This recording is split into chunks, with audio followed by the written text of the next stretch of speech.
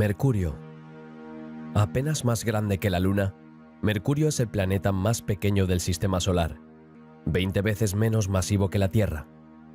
También es el planeta más cercano al Sol, ya que orbita a solo 0,4 unidades astronómicas de nuestra estrella, es decir, a solo 0,4 veces la distancia de la Tierra al Sol.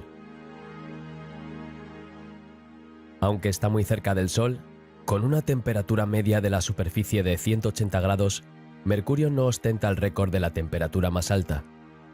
Esto lo tiene Venus, debido a su atmósfera muy densa, que crea un potente efecto invernadero. En la superficie de Mercurio, que prácticamente carece de atmósfera, la luz del Sol es 7 veces más brillante e intensa que en la Tierra, y nuestra estrella parecería 3 veces mayor en el cielo para un observador. Mercurio es el planeta más rápido del Sistema Solar, ya que se desplaza alrededor del Sol a 47 km por segundo en solo 88 días. A finales de 2011, cuando ya han transcurrido 3/4 partes de la duración de la misión principal, la sonda Messenger aportó nuevos conocimientos sobre Mercurio en varias áreas. Las enigmáticas fotografías de los depósitos brillantes en el fondo de algunos cráteres se tomaron durante los sobrevuelos de Messenger antes de su puesta en órbita. Las nuevas fotografías, tomadas con una resolución de hasta 10 metros por píxel, revelaron que hay grupos de cavidades en estos lugares, cuyo tamaño varía entre unos cientos de metros y varios kilómetros. Estas formaciones suelen estar rodeadas de halos de material altamente reflectante y suelen estar asociadas a rocas expulsadas por el proceso de craterización. Estas formaciones se encuentran entre las más nuevas y brillantes del planeta y nunca se han visto antes en ningún otro planeta o luna del Sistema Solar. No se explica el origen de estas depresiones. Sin embargo, su aspecto, que da la impresión de estar grabado, sugiere que se formaron por la eliminación de material de la superficie. Una teoría es que estas depresiones son el resultado de la sublimación de elementos volátiles contenidos en las rocas. Las fotografías también confirman que las deformaciones de la corteza de Mercurio están relacionadas principalmente con la contracción del planeta y son la causa de enormes escarpas y fallas lobuladas, pero también hay decenas de zonas, normalmente situadas dentro de cráteres o cuencas, que muestran signos de expansión de la corteza. El espectrómetro de rayos X ha realizado varios descubrimientos importantes sobre la composición del suelo de Mercurio. A diferencia del suelo lunar, en el de Mercurio no predominan las rocas ricas en feldespato. Las mediciones también confirmaron las observaciones realizadas con telescopios desde la Tierra, lo que sugiere la presencia de sulfuros en la superficie de Mercurio. Como resultado, los bloques de material que formaron el planeta estaban menos oxidados que los utilizados para formar los otros planetas interiores. Esta teoría tendría importantes implicaciones para nuestra comprensión del vulcanismo en Mercurio. El altímetro de Messenger mostró que los picos más altos se elevan a 9 kilómetros, comparable al Everest en la Tierra. El magnetómetro de a bordo determinó, tras varias órbitas, que el ecuador magnético de Mercurio está a 480 kilómetros al norte del centro del planeta. El núcleo metálico fundido en el corazón del planeta, que es la fuente del campo magnético, presenta por tanto una importante asimetría norte-sur. Como resultado, el campo magnético tiene un gran agujero en el polo sur, que permite que las partículas del viento solar golpeen la superficie de Mercurio. Este fenómeno arrastra átomos de la superficie que alimentan la tenue atmósfera de Mercurio mientras pulen el suelo. Durante las ampliaciones de la misión se obtuvieron otros resultados, como que el espectrómetro de neutrones de la nave espacial demostró definitivamente la presencia de hielo de agua en la superficie de Mercurio, a pesar de su altísima temperatura de hasta 400 grados. Este hielo se almacena en la superficie del planeta y también se encuentra en la atmósfera. El hielo se almacena en cráteres permanentemente sombreados en las regiones polares del planeta. Las cámaras muestran material oscuro en estos lugares, que, según las hipótesis de los científicos, está formado por material rico en moléculas orgánicas, como el transportado por cometas y asteroides, que se supone que son la fuente de esta agua. Este descubrimiento pone en duda el modelo de formación del planeta. Al enfriarse el núcleo metálico de Mercurio, el diámetro del planeta disminuyó debido al menor volumen de metal sólido. Se formaron acantilados de varios kilómetros de altura y varios cientos de kilómetros de longitud, resultantes de esta contracción, que atraviesan la superficie actual del planeta. Los datos recogidos por el altímetro de Messenger han permitido reevaluar la reducción del diámetro a 7 kilómetros. Durante su misión, Messenger rodeó Mercurio 4.104 veces, tomando más de 270.000 fotografías. Entre el 3 y el 16 de noviembre de 2010, la cámara gran angular de Messenger tomó 34 fotos, que se utilizaron para crear un retrato fotomontaje de todo el sistema solar. Solo no se incluyen los planetas Urano y Neptuno, ya que se encuentran a una distancia de entre 3.000 y 4.400 millones de kilómetros y no pueden verse a esta distancia. Tras estudiar la topografía del hemisferio norte y caracterizar los elementos volátiles presentes en los cráteres constantemente sombreados de los polos, la sonda se estrelló contra la superficie del planeta en abril de 2015. Ahora, una nueva misión está en camino hacia Mercurio, Bepi-Colombo. Partiendo el 19 de octubre de 2018, las dos sondas de esta misión de las agencias espaciales europea y japonesa se pondrán en órbita alrededor del planeta en diciembre de 2025. Venus. Venus, la joya del cielo, era conocida por los antiguos astrónomos como la estrella de la mañana y la estrella de la tarde, considerados en su momento como dos cuerpos celestes diferentes. El planeta Venus lleva el nombre de la diosa romana del amor y la belleza, velada por espesas nubes arremolinadas. Los astrónomos se refieren a Venus como el planeta hermano de la Tierra. Los dos planetas son similares en tamaño, masa, densidad y volumen. Se formaron casi al mismo tiempo y se condensaron a partir de la misma nebulosa. Sin embargo, su destino decidió otra cosa y con el tiempo la hizo muy diferente de la Tierra. No tiene océano y está rodeado por una atmósfera pesada compuesta principalmente por dióxido de carbono. Sus nubes están compuestas por gotas de ácido sulfúrico. La presión atmosférica en su superficie es 93 veces superior a la de la Tierra a nivel del mar. ¿Y cómo ha llegado hasta allí? El segundo planeta más cercano al Sol ha visto cómo su océano se evapora gradualmente. El vapor de agua es un formidable gas de efecto invernadero que permite que los rayos del Sol calienten el planeta sin dejar escapar el calor. El calentamiento global se aceleró y en unos cientos de millones de años su océano se evaporó por completo. El agua se concentra entonces en las capas más altas de la atmósfera. Entonces los rayos ultravioleta del Sol rompieron las moléculas de agua. Los átomos de oxígeno volvieron a caer a la superficie, mientras que los átomos de hidrógeno, más ligeros, se perdieron en el espacio. Árido, sin tectónica de placas ni vulcanismo regular, Venus se volvió incapaz de disipar su calor interno y durante cientos de millones de años la presión aumentó constantemente. Cuando esta presión alcanzó su punto máximo, el planeta liberó dióxido de carbono a su atmósfera a través de los volcanes. Este CO2 sustituye ahora al agua como gas de efecto invernadero, y los volcanes, mucho más numerosos en Venus que en la Tierra, lo liberan constantemente. De este modo, el dióxido de carbono se acumula masivamente en la atmósfera. En la actualidad, constituye más del 97% de la atmósfera de Venus. La temperatura media es de 460 grados centígrados, pero puede llegar a 520. El ácido sulfúrico es otro de los gases de la atmósfera de Venus. Este gas altamente reflectante es el que hace que Venus aparezca tan brillante en nuestro cielo. Y a veces este ácido sulfúrico cae como lluvia altamente corrosiva. Venus orbita el Sol cada 225 días terrestres, pero a diferencia de los demás planetas del Sistema Solar, Venus gira de forma retrógrada, es decir, hacia atrás.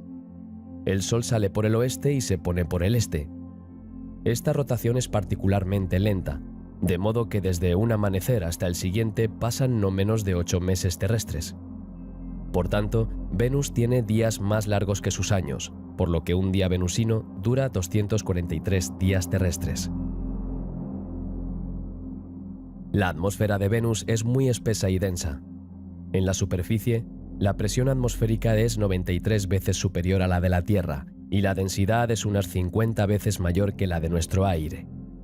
Los vientos en la superficie de Venus son muy lentos, de unos pocos kilómetros por hora, pero la densidad de la atmósfera los hace especialmente potentes. Los volcanes son muy comunes en Venus y cubren el suelo venusino de lava. Aunque esta lava tarda en solidificarse debido al calor, cubre el suelo con roca balsática. Venus tiene muchos más volcanes que la Tierra. De hecho, para que se hagan una idea, Venus tiene 167 grandes volcanes de más de 100 kilómetros de diámetro, mientras que en la Tierra el único complejo volcánico de este tamaño es la isla de Hawái. Casi 1 millar de cráteres de impacto en Venus están distribuidos uniformemente por su superficie. Alrededor del 85% de los cráteres están en perfecto estado. El número de cráteres, así como su buen estado de conservación, indican que el planeta sufrió un resurgimiento global hace unos 300-600 millones de años, seguido de una desintegración volcánica. En la Tierra, la corteza está en continuo movimiento, pero Venus sería incapaz de sostener un proceso semejante. Sin una tectónica de placas que disipe el calor de su manto, Venus sufre un proceso cíclico en el que la temperatura del manto aumenta hasta alcanzar un nivel crítico que debilita la corteza. Después, durante un periodo de unos 100 millones de años, se produce una subducción a gran escala que recicla completamente la corteza del planeta. Estas condiciones extremas han dificultado mucho la exploración de Venus y las sondas enviadas a Venus duraron muy poco tiempo en la superficie del planeta antes de dejar de funcionar. Las primeras imágenes proceden del Mariner 10 en 1974, que pasó por Venus en su camino hacia Mercurio y tomó fotografías ultravioletas de las nubes, revelando las velocidades extraordinariamente altas del viento en la atmósfera venusina. En 1975, los módulos de aterrizaje soviéticos Venera 9 y 10 transmitieron las primeras imágenes de la superficie de Venus, que eran en blanco y negro. En 1982 se obtuvieron las primeras imágenes en color de la superficie con los módulos de aterrizaje soviéticos Venera 13 y 14. Estas imágenes revelaron que la superficie de Venus estaba cubierta de sedimentos y rocas relativamente angulares. El suelo muestra evidencias de un extenso vulcanismo, y el azufre en la atmósfera puede indicar que ha habido erupciones recientes. Los micrófonos de la sonda registran el ruido del viento atmosférico para medir su velocidad.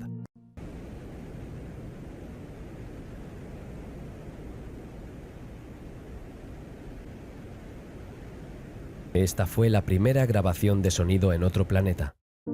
Algunos años más tarde, la superficie de Venus fue cartografiada en detalle por Magellan en 1990. Según las informaciones recogidas por la sonda americana Magellan, la estructura interna de Venus es efectivamente comparable a la de la Tierra. Se compone de un núcleo interno sólido, llamado semilla, y un núcleo externo líquido. Este núcleo estaría rodeado por un manto sólido y viscoso y una corteza sólida. Pero este modelo sigue siendo hipotético y la cuestión de la composición del núcleo de Venus sigue abierta. Si Venus tiene la misma estructura interna que la Tierra, ¿cómo se explica que no genere un campo magnético intrínseco? En efecto, el núcleo externo de la Tierra está formado por un líquido caliente y conductor de la electricidad en cuyo interior se producen movimientos de convección. Esta capa conductora, combinada con el movimiento de rotación, produce un efecto dínamo que mantiene un sistema de corriente eléctrica conocido como campo magnético. La ausencia de un campo magnético interno en Venus podría explicarse de dos maneras diferentes. O bien la rotación de Venus es demasiado lenta para mantener una corriente eléctrica, o el núcleo del planeta es sólido. Varias otras misiones exploraron Venus desde el espacio en las décadas siguientes, pero hoy en día Akatsuki, la sonda japonesa, es la única presente alrededor de Venus.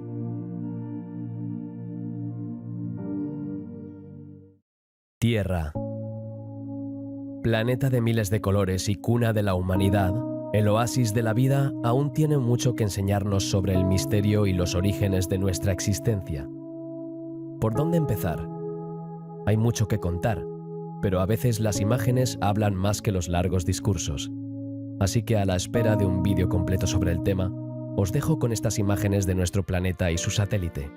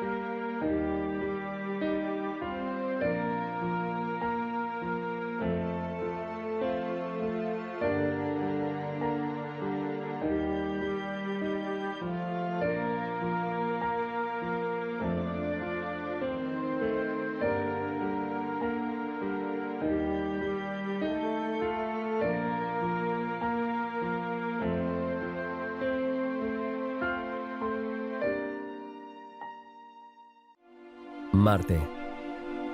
El cuarto planeta más alejado del Sol, pequeño en tamaño, aproximadamente la mitad de la Tierra, pero grande en interés científico. Habría tenido alguna vez mares cálidos y salados, lagos de agua dulce, probablemente nieve en las cimas de sus montañas, nubes y un ciclo del agua. La presencia de agua en salmuera, un líquido cercano al agua salada de nuestros océanos y saturado de sales, fue incluso detectada por la sonda estadounidense Mars Reconnaissance Orbiter. Las sales, que son muy absorbentes, reducen el punto de congelación del agua, lo que le permite permanecer en estado líquido y fluir a temperaturas inferiores a 0 grados centígrados. En efecto, la superficie del planeta rojo oscila entre 20 y menos 143 grados centígrados. Más loco aún, la NASA anunció a principios de junio del 2018 que el rover Curiosity había identificado un ciclo de metano en el planeta rojo y moléculas orgánicas. El rover estadounidense, que lleva en Marte desde 2012, ha utilizado su instrumento SAM para identificar cadenas de átomos que contienen carbono e hidrógeno en rocas de más de 3.000 millones de años. En ese momento, el agua líquida habría fluido en Marte. Así, dos ingredientes necesarios para la aparición de la vida estuvieron probablemente presentes al mismo tiempo en el planeta rojo. Marte es un planeta telúrico, es decir, rocoso, y tiene 10 veces menos masa que la Tierra. Visto desde el planeta azul, parece rojizo debido al polvo rico en óxido de hierro que cubre su superficie. Una vez hidratado, el óxido de hierro se convierte en óxido. De ahí el color ocre de nuestro planeta vecino. Por eso se asocia a la guerra desde la antigüedad, de ahí su nombre, que hace referencia al dios de la guerra en la mitología romana. Los polos de Marte están permanentemente cubiertos de capas blanquecinas, que varían mucho con las estaciones. Por ejemplo, al comienzo de la primavera boreal, el hielo del Polo Norte, expuesto al sol, se vuelve sublime. En otras palabras, pasa directamente de un estado sólido a un estado gaseoso. Esta sublimación crea entonces masas de aire que generan vientos que levantan grandes cantidades de polvo y pueden desencadenar tormentas de polvo a escala planetaria. Por otro lado, Marte se caracteriza por un fuerte contraste entre el hemisferio norte de vastas y suaves llanuras y el hemisferio sur de mesetas ricas en cráteres de impacto. El hemisferio norte es entre 1 y 3 kilómetros más bajo que el hemisferio sur, y el grosor de la corteza es de 32 kilómetros frente a los 58 kilómetros de las mesetas del sur. Se cree que esta dicotomía se produjo hace unos 4.000 millones de años. Actualmente existen dos teorías para explicar esta ruptura. Una está relacionada con la dinámica interna del planeta a nivel del manto y la tectónica de placas, y la otra con uno o varios bombardeos importantes que habrían provocado el deshielo del terreno del hemisferio norte.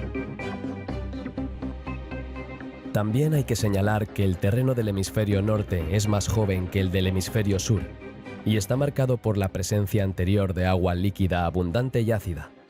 En contacto con el límite geológico que marca la dicotomía, estas regiones tienen una alta concentración de volcanes. El mayor volcán del sistema solar, Olympus Mons, está situado en la protuberancia de Tharsis y se eleva a más de 21.000 metros de altura. Además, a diferencia de la Tierra, Marte no tiene placas tectónicas. De ahí el tamaño colosal de sus volcanes. En nuestro planeta, la corteza se desplaza en relación con el punto caliente del manto, que expulsa lava hacia la superficie, formando una sucesión de pequeños volcanes. En Marte, la lava se acumula en un único punto, dando lugar a gigantescos volcanes. En la actualidad, el planeta rojo ha perdido casi toda su actividad geológica interna. Solo se siguen produciendo algunos desprendimientos, géiseres de CO2 en los polos, terremotos y pequeñas coladas de lava. El hemisferio sur de Marte está salpicado de cráteres de impacto. Argyll Planitia y Hellas Planitia son las dos más destacadas. Esta última, con un diámetro de unos 2.200 kilómetros y una profundidad de 9.500 metros, es la mayor estructura de impacto observable en el planeta. A diferencia de los cráteres lunares, cuyo aspecto no cambia con el tiempo, los cráteres marcianos están sujetos a la erosión atmosférica que altera su forma, redondea sus bordes y cubre su interior con una gruesa capa de polvo. Sin embargo, siguen siendo claramente visibles. Además, la superficie del planeta rojo tiene el mayor cañón del sistema solar. El cañón de los valles Marineris tiene hasta 8.000 metros de profundidad y se extiende de oeste a este a lo largo de más de 3.000 kilómetros. En comparación, el Gran Cañón de Arizona, Estados Unidos, tiene como máximo 1,8 kilómetros de profundidad y 800 kilómetros de longitud. En las inmediaciones del Valles Marineris, una multitud de pequeños valles recuerdan los lechos de los ríos secos. Esta es una pista que apunta a los científicos hacia una historia de Marte durante la cual el agua líquida fluyó libremente. Por último, la gravedad en la superficie de Marte es solo un 38% de la de la Tierra. Se sabe que la microgravedad provoca problemas de salud como la pérdida de masa muscular y la desmineralización. Pero esto no desanima los planes de colonización del planeta rojo. El sismómetro de la misión InSight, que llegó a su destino el 26 de noviembre de 2018, ha arrojado algo de luz al respecto. Los terremotos marcianos son más débiles pero más frecuentes de lo que predicen los modelos teóricos.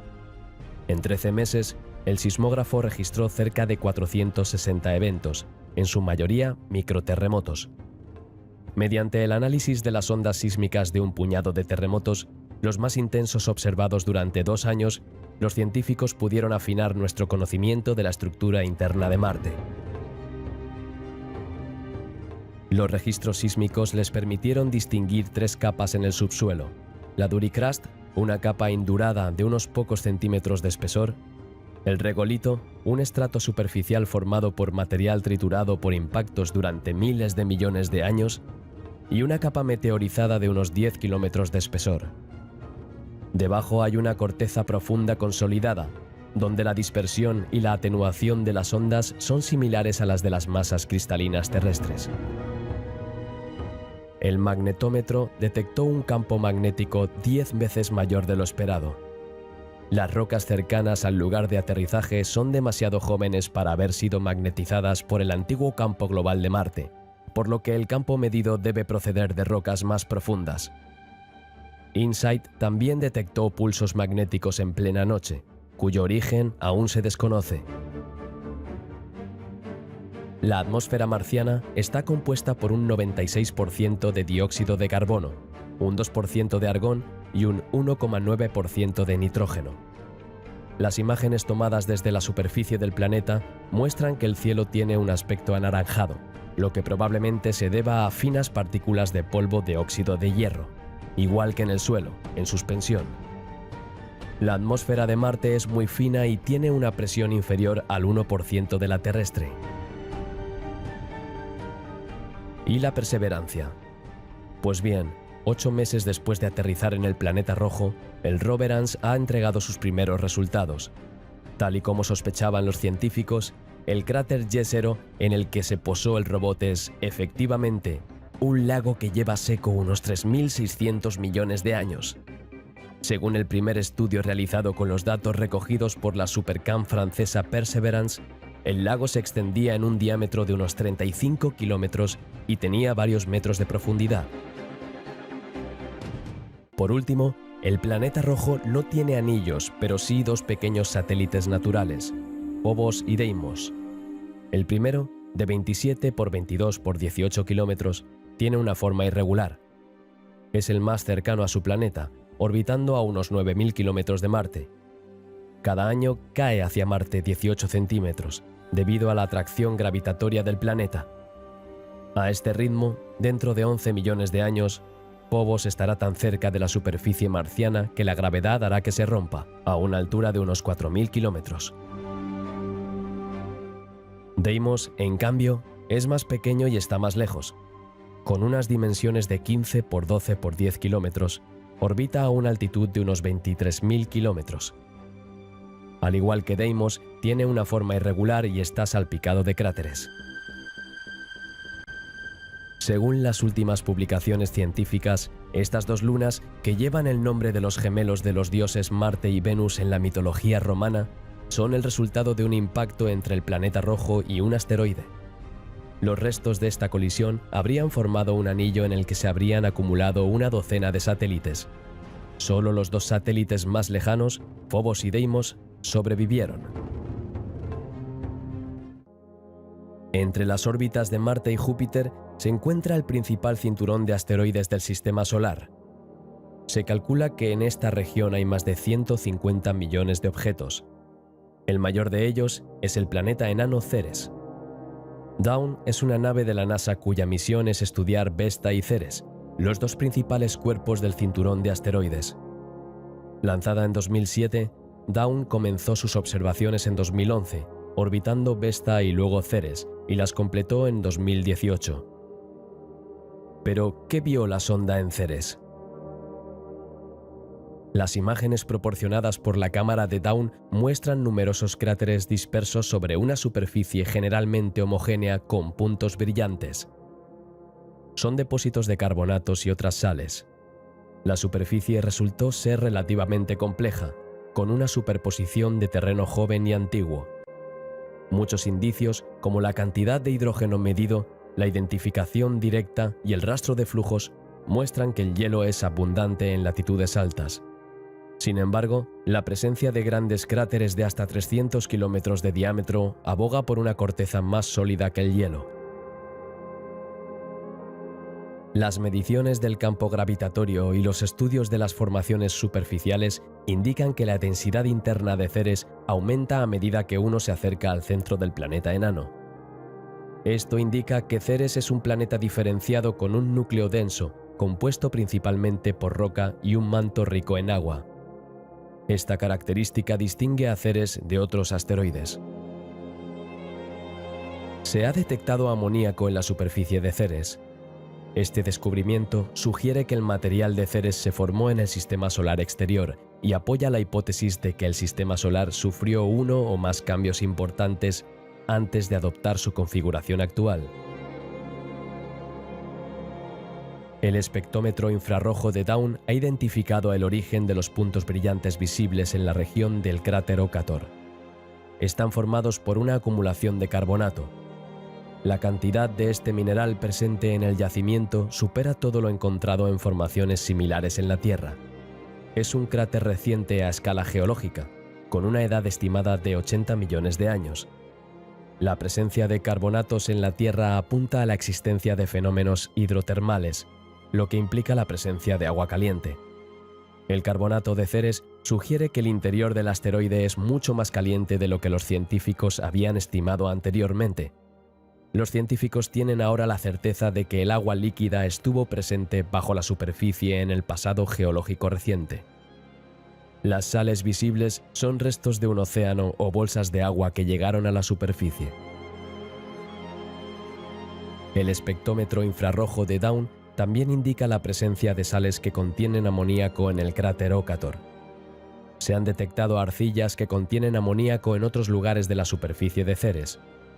Este descubrimiento, junto con los carbonatos, apoya la opinión de que Ceres se formó en el sistema solar exterior, hacia la órbita de Neptuno, y que su órbita se desplazó después hacia el sistema solar interior. Sin embargo, el estudio de la superficie de Ceres parece contradecir esta hipótesis. Los cráteres de más de 2 kilómetros de profundidad, que se formaron por un impacto hace varios miles de millones de años, no muestran signos de deformación. Si la superficie estaba compuesta únicamente por hielo, este tipo de relieve debería haberse desvanecido con los periodos de calentamiento y enfriamiento. Según el estudio, la capa exterior de la superficie no contiene más de un 30-40% de hielo, siendo el resto rocas y minerales. Esta superficie rocosa es común entre los cuerpos que se formaron cerca del Sol, por lo que contradice las conclusiones extraídas de la presencia de minerales. Los instrumentos de Dawn tomaron unas 31.000 imágenes de la superficie durante su órbita de un año alrededor de Vesta. Estos datos han demostrado que Vesta es muy diferente de otros asteroides. Su geología es compleja. Es un cuerpo diferenciado con un núcleo denso de níquel y hierro y un diámetro de entre 214 y 226 kilómetros. El diámetro de Vesta es de 530 kilómetros. Tiene un manto y una corteza en la parte superior. Vesta tiene características muy cercanas a las de un planeta. Esta afiliación se ve respaldada por el descubrimiento de meteoritos terrestres procedentes de Vesta, con pruebas de que existía un fuerte campo magnético hace 3.600 millones de años. En ese momento, había un núcleo metálico líquido capaz de generarlo. Es posible que aún existan rastros de este campo magnético. Los dos hemisferios son muy diferentes. El hemisferio norte de Vesta está plagado de cráteres de impacto, que permiten trazar una turbulenta estancia de 4.500 millones de años en el cinturón de asteroides. El hemisferio sur fue completamente remodelado por un enorme impacto hace al menos 2.000 millones de años y una segunda colisión aún mayor hace unos 1.000 millones de años. Estos dos acontecimientos crearon las cuencas de Venenella, de 400 kilómetros de diámetro, y de Rea Silvia, de 500 kilómetros. En el centro de la mayor de estas cuencas se encuentra un pico 2 veces más alto que el monte Everest. El impacto fue tan grande que casi desgarró Vesta y dejó una extensa red de enormes depresiones cerca del ecuador, de cientos de kilómetros de largo y 15 de ancho. Estos impactos expulsaron una gran cantidad de roca al espacio, parte de la cual ha caído desde entonces a la Tierra. Vesta es un objeto especialmente brillante, el único asteroide del cinturón visible a simple vista desde la Tierra. Esto se debe, según las observaciones de Dawn, a la presencia de zonas de tamaño variable, desde unos 100 metros hasta 16 kilómetros de diámetro, que son el doble de brillantes que el resto de la superficie de Vesta, y que se encuentran principalmente en los cráteres de impacto o cerca de ellos. Estos terrenos están formados por el material original del asteroide, que data de hace 4.000 millones de años, expuesto por el impacto de asteroides que chocaron contra el suelo de Vesta. Junto a estas superficies brillantes hay zonas oscuras que podrían ser los restos de asteroides que chocaron contra la superficie a baja velocidad, o partes de la corteza balsática que se fundieron como resultado de impactos más violentos. Los instrumentos de la nave espacial han determinado la composición de las rocas de la superficie, que consisten principalmente en minerales ricos en hierro y magnesio, Los desprendimientos y los cráteres de impacto, así como las mediciones muy precisas de las variaciones de la gravedad, permitieron identificar la composición de los estratos de la superficie. Se elaboró un mapa de la temperatura de la superficie, que muestra que la temperatura puede variar desde menos 23 grados centígrados en los lugares con mejor exposición al sol hasta menos 100 grados en las zonas de sombra. Aunque la mitad del asteroide es hielo, las observaciones muestran que el hielo no es visible en la superficie. Esto se debe a que el eje del asteroide está muy inclinado, 27 grados, un ángulo mayor que el de la Tierra, 24 grados, lo que significa que todos los puntos de la superficie, incluidos los lados de los cráteres, están expuestos al Sol en algún momento del año.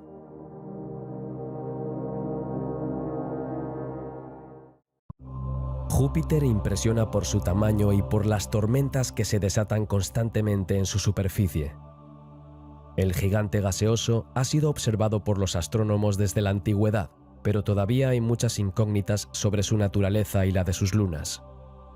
La misión estadounidense Juno está empezando a desvelar estos misterios, a la que pronto se unirá la misión europea JUICE.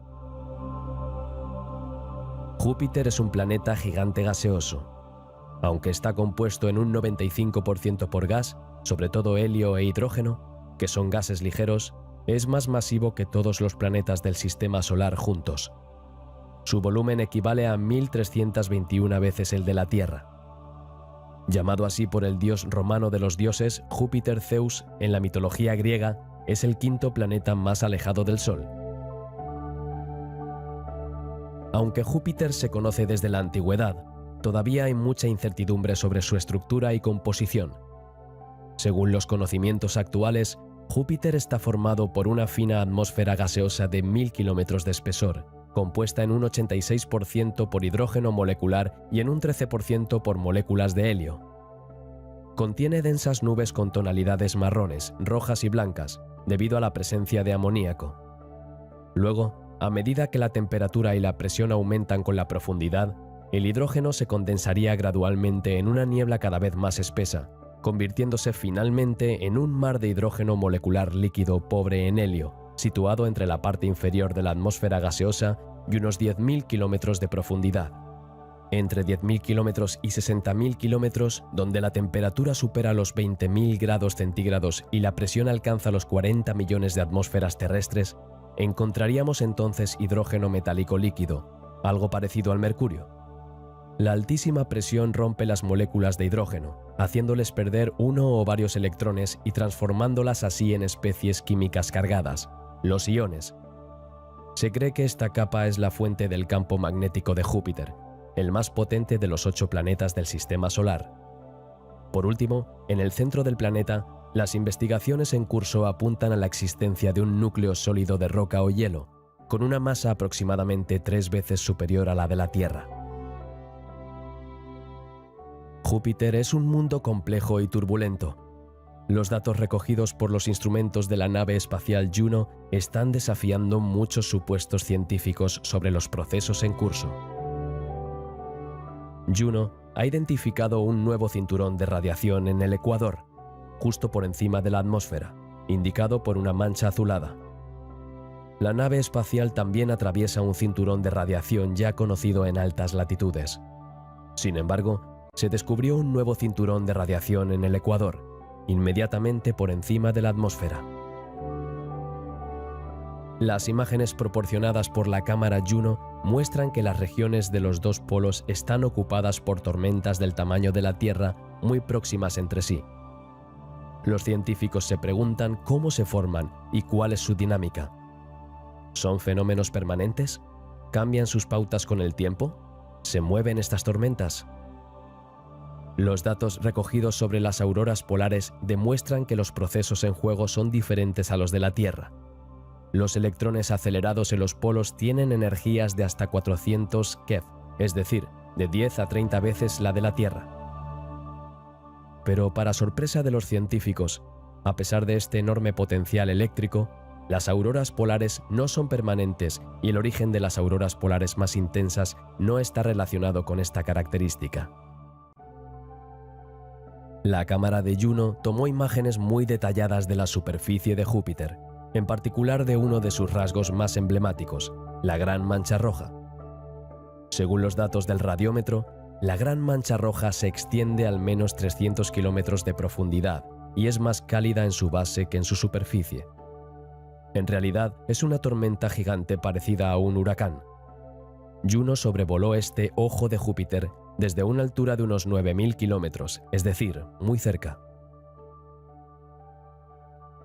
Determinó que el ciclón tenía una longitud de unos 16.000 kilómetros, es decir, 1,3 veces el diámetro de la Tierra. Sin embargo, el principal dato para el que los científicos aún no tenían una estimación era la profundidad de la tormenta. El ojo de Júpiter sería de 50 a 100 veces más profundo que los océanos de la Tierra y más caliente en su base que en su parte superior. Sus vientos, que pueden alcanzar los 700 km/h, se deben a esta diferencia de temperatura. El radiómetro de a bordo indica que las capas profundas de la atmósfera de Júpiter, entre 50 y 100 kilómetros por debajo de las cimas de las nubes, están agitadas, en contra del consenso general de los científicos de que no hay energía incidente a esa profundidad. Además, basándose en las mediciones del campo gravitatorio, el radiómetro no puede sondear más allá de unos cientos de kilómetros. El equipo científico de Juno descubrió que los vientos y las franjas horizontales visibles en la superficie se extienden hasta una profundidad de 3.000 kilómetros, lo que sitúa el límite inferior de la atmósfera a una profundidad mucho mayor de lo esperado. Contrariamente a las hipótesis, esta atmósfera no está formada por capas anidadas caracterizadas por velocidades de rotación diferenciadas. Por debajo de esta atmósfera, las capas inferiores, ya sean líquidas o sólidas, tienen un único movimiento de rotación y se comportan como si fueran una sola entidad. Según los resultados de las mediciones del campo gravitatorio, es posible que el núcleo rocoso y metálico del tamaño de la Tierra o de la supertierra que existía en el momento de la formación de Júpiter se haya disuelto y mezclado con el manto de hidrógeno metálico líquido. La intensidad del campo magnético de Júpiter, que pudo medirse con precisión, alcanzó los 7,7 Gauss, un valor superior al esperado. El instrumento utilizado pudo mostrar que era irregular, lo que sugiere que la dinamo que genera el magnetismo está más cerca de la superficie del planeta de lo esperado y estaría situada por encima de la capa de hidrógeno metálico. Con un lanzamiento previsto para junio de 2022, la misión ESA, JUICE, se unirá a Juno en el entorno joviano en 2029. Observará Júpiter, y especialmente sus tres mayores satélites, Europa, Ganímedes y Calisto, cada uno de los cuales se cree que contiene un océano bajo una corteza sólida.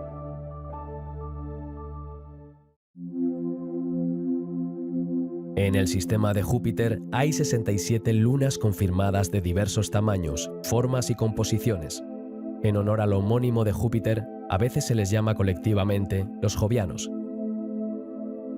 De ellos, los cuatro más grandes, Io, Europa, Ganímedes y Calisto, se conocen como los Galileos. Estas cuatro lunas se encuentran entre las más grandes del sistema solar, siendo Ganímedes la mayor de todas, incluso más grande que el planeta Mercurio. Además, se cree o se sabe que tres de estas lunas, Europa, Ganímedes y Calisto, tienen océanos interiores en los límites entre el núcleo y el manto o cerca de ellos. La presencia de océanos de agua caliente se considera un indicio de vida potencial en estas lunas. Lanzada el 18 de octubre de 1989, la nave espacial Galileo llegó a Júpiter y sus lunas 6 años después, para estudiarlos hasta 2003. Los contratiempos y las primicias salpicaron una de las misiones más excepcionales de la exploración planetaria. Galileo recopiló una gran cantidad de información científica a pesar de la indisponibilidad de su gran antena, que no pudo desplegarse, lo que limitó en gran medida el volumen de datos transmitidos. Io, con un radio de 1821,6 kilómetros y una distancia media de 421.000 kilómetros de Júpiter, Io está completamente envuelta por el poderoso campo magnético de Júpiter. La Luna tiene el periodo orbital más corto de todos los Galileos, ya que tarda unas 42,5 horas en completar una sola órbita alrededor del gigante gaseoso. Io tiene la mayor densidad de todas las lunas del sistema solar y es significativamente más densa que las otras lunas galileanas. Compuesto principalmente por rocas de silicato y hierro, su composición en masa es más parecida a la de los planetas terrestres que a la de los demás satélites del sistema solar exterior, que están compuestos principalmente por una mezcla de hielo, de agua y silicatos.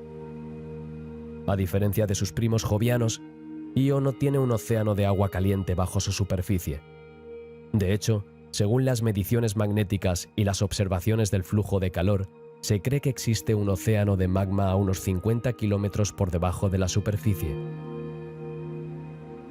Este calor también es responsable de la actividad volcánica de Io y de su flujo de calor observado.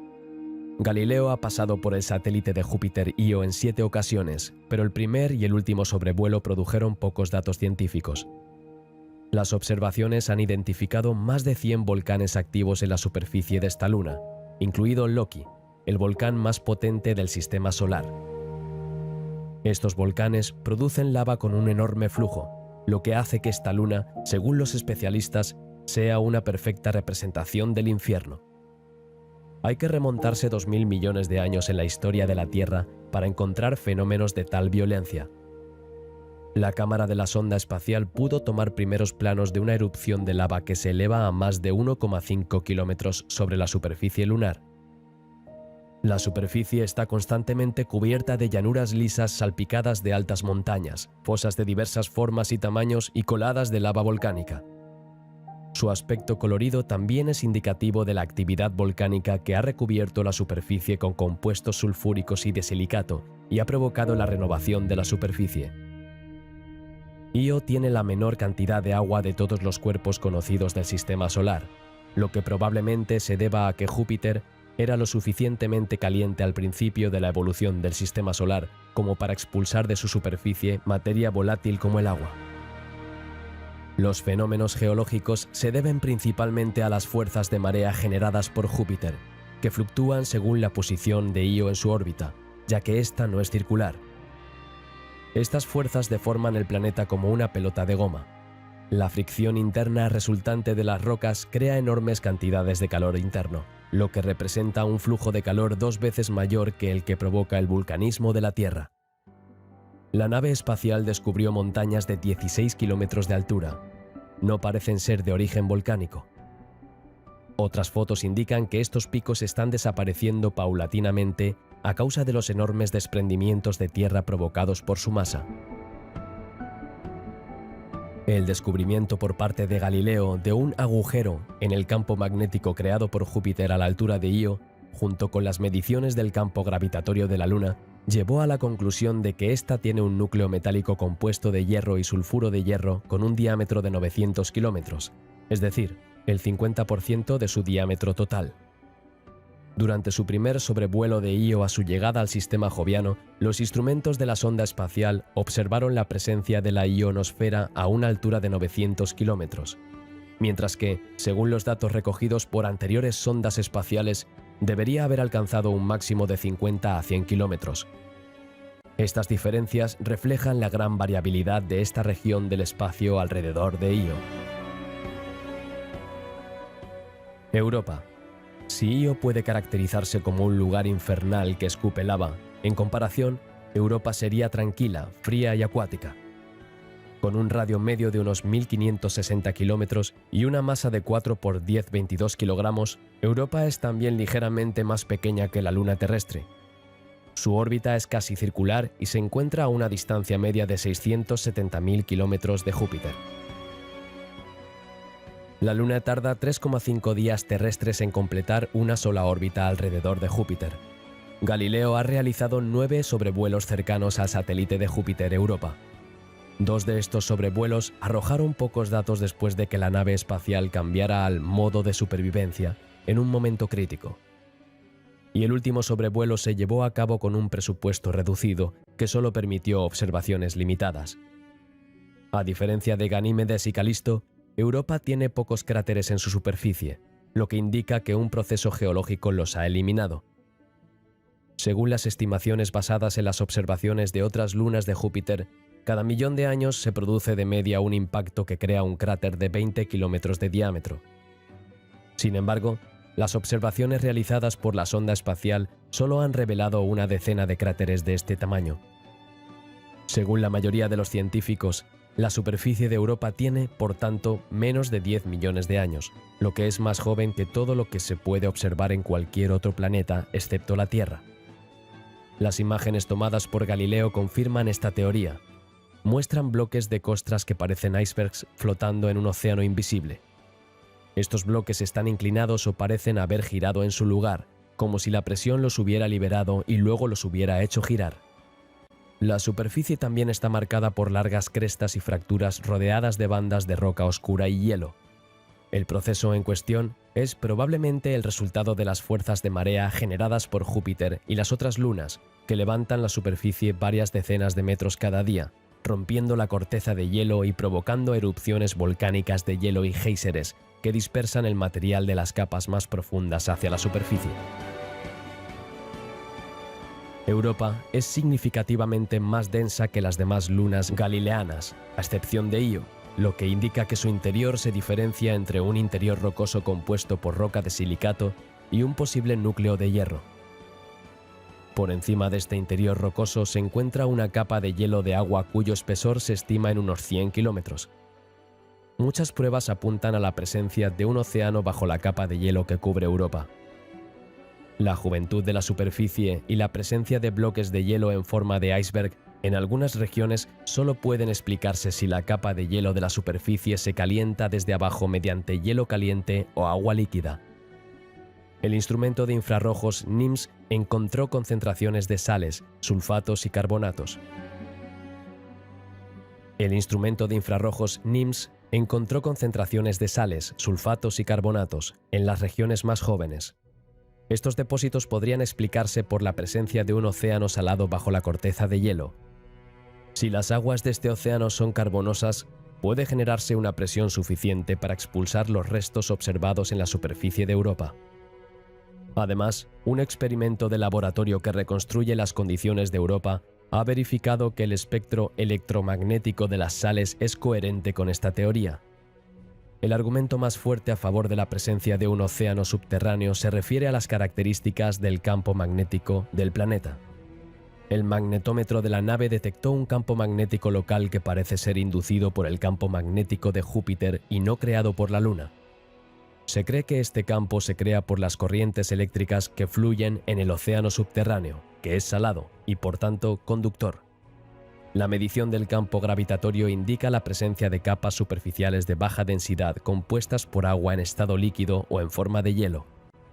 La presencia de agua líquida en una región tan fría sería el resultado de la energía térmica generada por las fuerzas de marea que actúan sobre la Luna. La teoría de un océano subterráneo ha dado lugar a muchas especulaciones sobre la presencia de organismos vivos en Europa. Las observaciones de Galileo sobre el campo magnético de Júpiter han demostrado que éste ejerce suficiente influencia sobre los iones del océano de Europa como para provocar una corriente oceánica. Esta corriente tendría una velocidad de unos pocos centímetros por segundo y una dirección opuesta a la de la rotación de Europa. Este fenómeno podría ser el responsable de los fallos observados en la superficie del satélite. Dada la combinación de estos factores, se considera una gran posibilidad que también exista vida orgánica en este océano. Ganímedes. La luna Ganímedes es la tercera luna más lejana de Júpiter y orbita a una distancia media de 1 millón de kilómetros. A esta distancia, se necesitan 7 días y 3 horas para completar una sola revolución. Al igual que la mayoría de las lunas conocidas, Ganímedes está bloqueado por la marea, con un lado siempre orientado hacia el planeta. Con un radio medio de 2.634 kilómetros, equivalente a 0,4 tierras, Ganímedes es la mayor luna del sistema solar, incluso mayor que el planeta Mercurio. Sin embargo, con una masa de 1,4 por 10 a la 23 kilogramos, es la mitad de masivo, lo que se debe a su composición formada por hielo de agua y roca de silicato. Galileo ha sobrevolado 6 veces a baja altura, entre 260 y 3.100 kilómetros, el satélite de Júpiter Ganímedes, recogiendo en cada ocasión numerosos datos. Los datos sobre el campo magnético que rodea a Júpiter sugieren que Ganímedes El mayor satélite de Júpiter tiene un campo magnético creado por una dinamo interna similar a la de la Tierra, es decir, un núcleo metálico. Dependiendo de si se trata de hierro puro o de sulfuro de hierro, podría estar situado entre 400 y 1300 kilómetros de la superficie y representar entre un 1,4 y un tercio de la masa de la Luna. Es la primera vez que se encuentra un campo magnético en un satélite natural. La superficie de Ganímedes está formada por dos tipos de terreno. El 40% del suelo es oscuro y con cráteres. Se cree que este terreno se remonta a la formación de la Luna. El resto de la superficie está formada por suelos más blandos y de color claro, llamados sulcus, que se cree que se han formado más recientemente como resultado de la aparición de aguas subterráneas. Las crestas de hasta 700 metros de altura y varios miles de kilómetros de longitud atraviesan este tipo de terreno. Estos terrenos más jóvenes pueden haberse formado en una época en la que la órbita de la Luna era más elíptica, lo que provocaba variaciones de marea que podían fracturar la capa de hielo y generar erupciones de agua subterránea. Los cráteres de Ganímedes, con un diámetro de entre 50 y 400 kilómetros, son casi planos, lo que podría explicarse por el hecho de que el hielo en el que fueron excavados es un material más blando que la roca en la que, por ejemplo, se formaron los cráteres lunares. Además de su propio campo magnético, Ganímedes tiene un campo magnético inducido por el de Júpiter. Según uno de los científicos de la misión, esto se genera por los materiales que son más conductores que el hielo. La presencia de un océano salado tan profundo como los océanos de la Tierra, situado a 200 kilómetros por debajo de la capa de hielo superficial, podría ser la fuente de este campo magnético.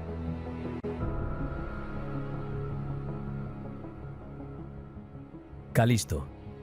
Calisto es el más lejano de los Galileos, orbitando alrededor de Júpiter a una distancia media de 1,8 millones de kilómetros. Con un radio medio de 2.400 kilómetros, o 0,3 tierras, y una masa del 1% de la Tierra, Calisto es la segunda luna más grande de Júpiter. Su tamaño es comparable al de Mercurio, pero debido a su composición mixta, tiene menos de un tercio de la masa de Mercurio. Galileo ha pasado 9 veces por la luna Calisto de Júpiter. Los datos recogidos indican que la Luna está formada por una mezcla de rocas ricas en hierro y sulfato de hierro, 60%, y hielo, 40%, y que, a diferencia de Ganímedes, no tiene un núcleo central que pueda identificarse como tal. De hecho, Calisto se encuentra a mayor distancia de Júpiter que las otras lunas galileanas y no se ha calentado tan intensamente por las fuerzas de marea del planeta gigante. El proceso de diferenciación, que debería conducir a una estructura de capas de mayor densidad con profundidad y un núcleo metálico, está inacabado. Al igual que Europa y Ganímedes, la posible existencia de un océano subterráneo en Calisto ha llevado a muchos científicos a especular sobre la posibilidad de vida. Esto es especialmente probable si el océano interior está compuesto por agua salada, ya que los halófilos, que prosperan en altas concentraciones de sal, podrían vivir allí. Pero las condiciones ambientales necesarias para que surja la vida, que incluyen la presencia de suficiente calor por la flexión de las mareas, son más probables en Europa y Ganímedes. La principal diferencia es la falta de contacto entre el material rocoso y el océano interior en Calisto. Aunque Calisto tiene la química prebiótica para albergar vida, carece de la energía necesaria para ello. Las 4 lunas interiores de Júpiter, Metis, Amaltea, Teba y Adrastae, circulan entre las 4 lunas galileanas y Júpiter. Estos pequeños satélites, el mayor de los cuales tiene 270 kilómetros de longitud, fueron observados relativamente de cerca cuando se amplió la misión Galileo. La nave espacial tomó imágenes relativamente detalladas. Galileo también fotografió la colisión del cometa Shoemaker-Levy 9 con el planeta Júpiter. El estudio de Júpiter y sus lunas sigue siendo una prioridad hoy en día. La nave New Horizons, en su camino hacia Plutón, sobrevoló Júpiter y sus lunas. Sus cámaras, más potentes que las de Galileo, permiten tomar mejores imágenes del planeta y sus lunas. La nave espacial Juno, lanzada en 2011, se desplaza a una órbita polar alrededor de Júpiter en 2016 para estudiar la composición de la atmósfera de Júpiter y las características de su magnetosfera. JUICE, la sonda espacial de la Agencia Espacial Europea, Se lanza en 2022 y estudia Ganímedes tras orbitar esa luna en 2030.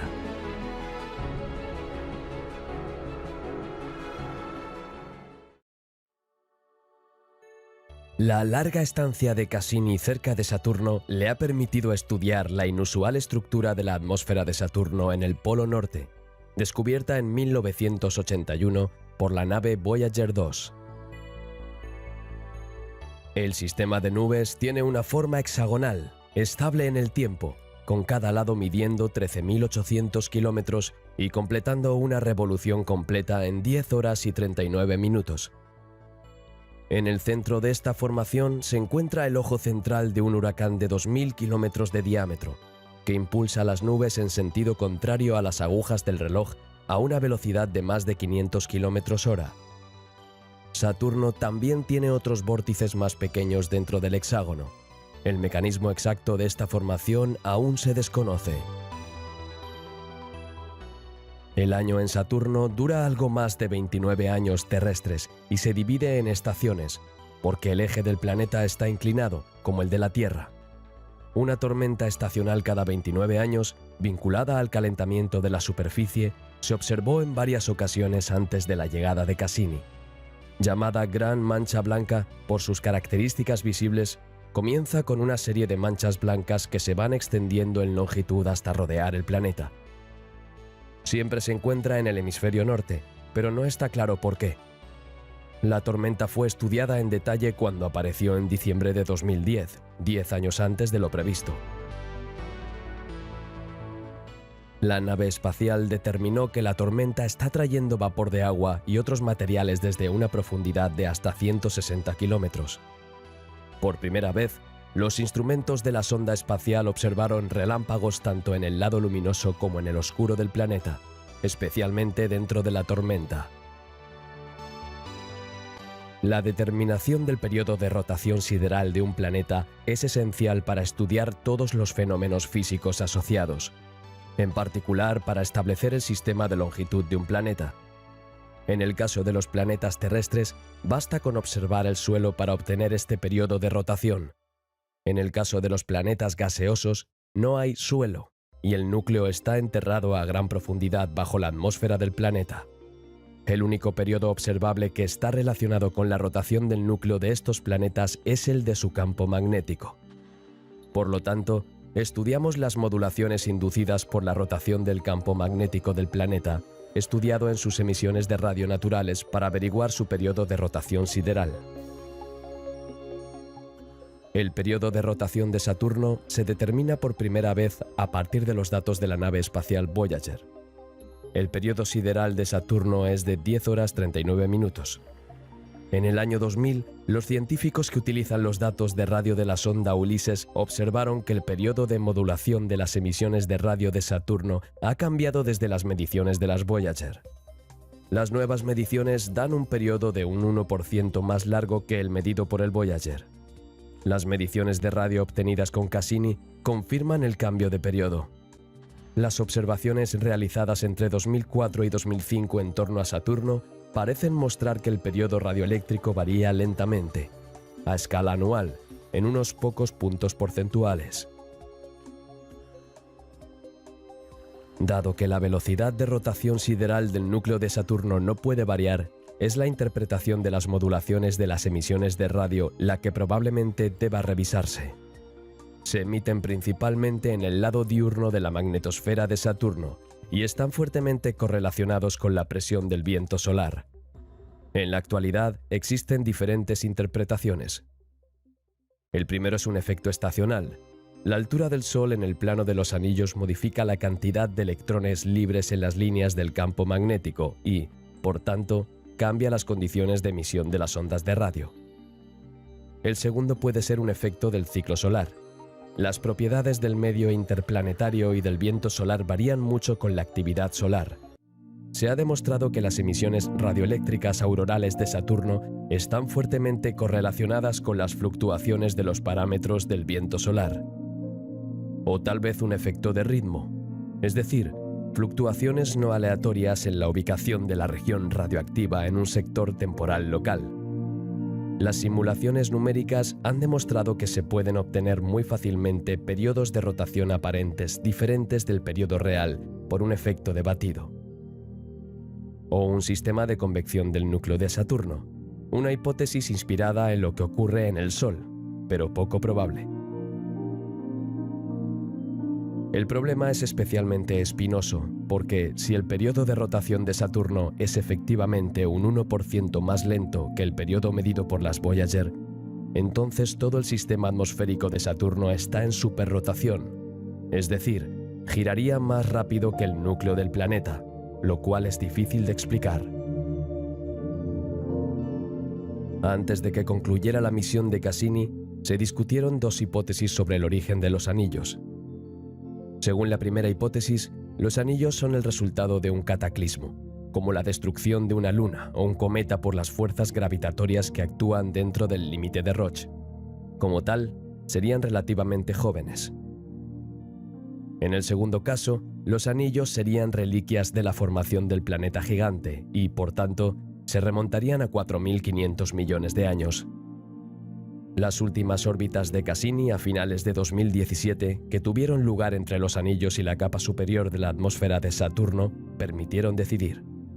Al maniobrar a una distancia muy corta de los anillos, Cassini pudo realizar mediciones gravitacionales, observando la influencia de los anillos en su trayectoria, y así determinar la masa de materia acumulada.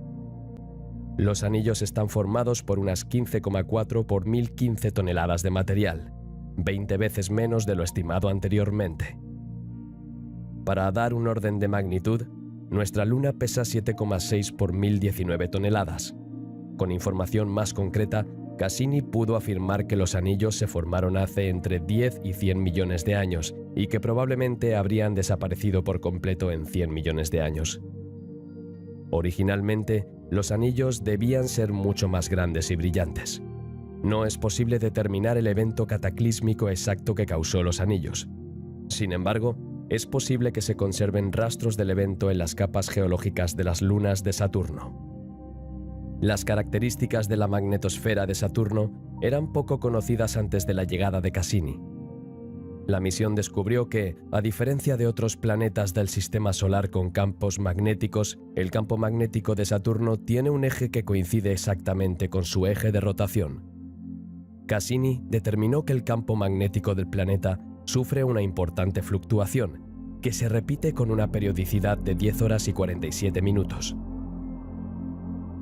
Los instrumentos científicos de la nave descubrieron que el material de la magnetosfera procede principalmente de los géiseres del polo sur de la luna Encélado. En la composición de este material predominan los iones y las moléculas producidas por la combinación de los componentes del agua expulsados por los géiseres. En contra de las suposiciones de los científicos, no hay cantidades significativas de nitrógeno que debería escaparse de la atmósfera de Titán. El final de Cassini implicó una serie de pases cercanos a Saturno, acercándose al interior de los anillos, y luego entrando en la atmósfera de Saturno el 15 de septiembre de 2017 para destruir la nave. Tras 22 órbitas más, la misión terminó con una inmersión en la atmósfera de Saturno el 15 de septiembre. La señal se perdió solo 30 segundos después de lo previsto. Se estima que la nave se quemó unos 45 segundos después de la última transmisión.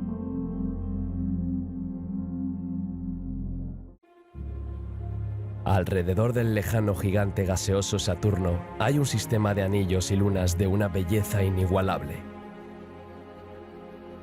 En conjunto, el sistema de Saturno está justo detrás de Júpiter en cuanto a número de satélites, con 62 lunas confirmadas. De ellas, las lunas más grandes se dividen en dos grupos: las grandes lunas interiores, las que orbitan cerca de Saturno en su tenue anillo E, y las grandes lunas exteriores, las que están más allá del anillo E. Son, por orden de distancia a Saturno, Mimas, Encélado, Tetis, Dione, Rea, Titán y Jápeto.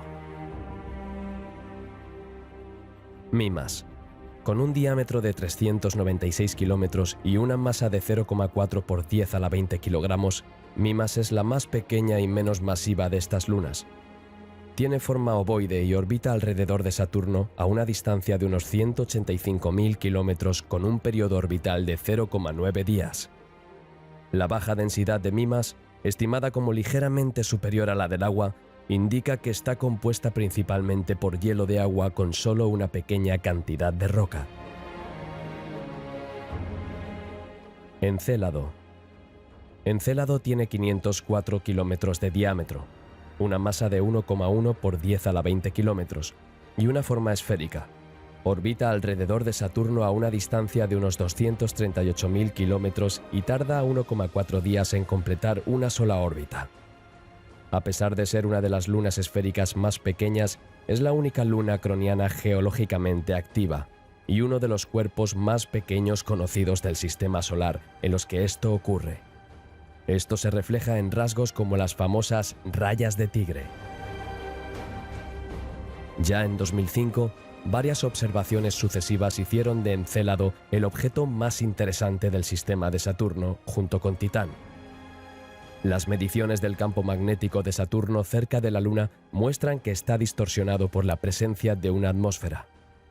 Los sobrevuelos cercanos muestran que los géiseres, que salen continuamente de la región del Polo Sur, expulsan una mezcla de hielo de agua y compuestos químicos simples a una velocidad de 400 metros por segundo. La composición de los penachos también indica que el océano subterráneo es salado y contiene moléculas orgánicas y volátiles. Las fotos de la superficie del Polo Sur, tomadas desde una distancia muy corta, mostraban una superficie particularmente joven, llena de bloques de hielo del tamaño de una casa, con fracturas que sugieren actividad tectónica y coronada por una nube de vapor de agua. Algunas grietas profundas, llamadas rayas de tigre, son los puntos de surgimiento de los géiseres. Los sucesivos sobrevuelos han confirmado que la superficie del Polo Sur de Encélado está sufriendo movimientos tectónicos. El motor de esta actividad podría ser la fuerza de marea producida por Saturno. Esta fuerza no solo actúa sobre la capa de hielo superficial, sino también sobre el núcleo rocoso, como demuestra la presencia de sílice. Pero la presencia de este océano de agua salada líquida, moléculas orgánicas y sustancias volátiles también indica que el interior de Encélado está experimentando actividad hidrotermal. Esta fuente de energía, combinada con moléculas orgánicas, nutrientes y condiciones prebióticas para la vida, significa que es posible que Encélado albergue vida extraterrestre. Con un diámetro de 1066 kilómetros, Tetis es la segunda luna interior más grande de Saturno. La mayor parte de su superficie es un terreno con muchos cráteres. Con una densidad media de 0,98 gramos por centímetro cúbico, se cree que Tetis está compuesta casi en su totalidad por hielo de agua. Actualmente se desconoce si Tetis está diferenciada en un núcleo rocoso y un manto de hielo. Dione. Con un diámetro y una masa de 1.123 kilómetros y una masa de 11 por 10 a la 20 kilogramos, Dione es la cuarta luna más grande de Saturno, y muy craterizado, con cráteres de hasta 250 kilómetros de diámetro. Con una distancia orbital de unos 377.000 kilómetros de Saturno, la Luna tarda 2,7 días en completar una sola rotación. Dione está compuesto principalmente por hielo de agua, con un pequeño remanente que probablemente consiste en un núcleo de roca de silicato. Dione también tiene una atmósfera muy fina de iones de oxígeno, que fue detectada por primera vez por la nave espacial Cassini en 2010. Aunque actualmente se desconoce el origen de esta atmósfera, se cree que es el producto de la radiólisis, donde las partículas cargadas del cinturón de radiación de Saturno interactúan con el hielo de agua de la superficie para crear hidrógeno y oxígeno, de forma similar a lo que ocurre en Europa. Rea. De 1.527 kilómetros de diámetro y 23 por 10 a la 20 kilogramos de masa, Rea es la segunda luna más grande de Saturno. Con un radio orbital de unos 527.000 kilómetros, es la quinta más distante de las lunas más grandes y tarda 4,5 días en completar una órbita. Al igual que los demás satélites cronianos, Rea tiene una superficie fuertemente craterizada.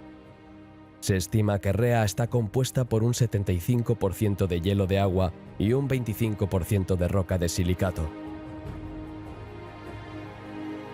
Esta baja densidad significa que, aunque Rhea es la 9ª luna más grande del sistema solar, también es la 10ª más masiva. En cuanto a su interior, originalmente se sospechaba que Rhea tenía un núcleo rocoso y un manto helado, pero mediciones más recientes sugieren que Rhea está solo parcialmente diferenciada o tiene un interior homogéneo, probablemente compuesto tanto de roca de silicato como de hielo, similar a la luna Calisto de Júpiter.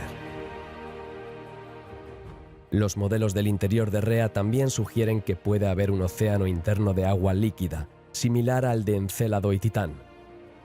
Si existiera, estaría probablemente situado en el límite entre el núcleo y el manto, y se alimentaría del calentamiento provocado por la desintegración de elementos radioactivos en su núcleo.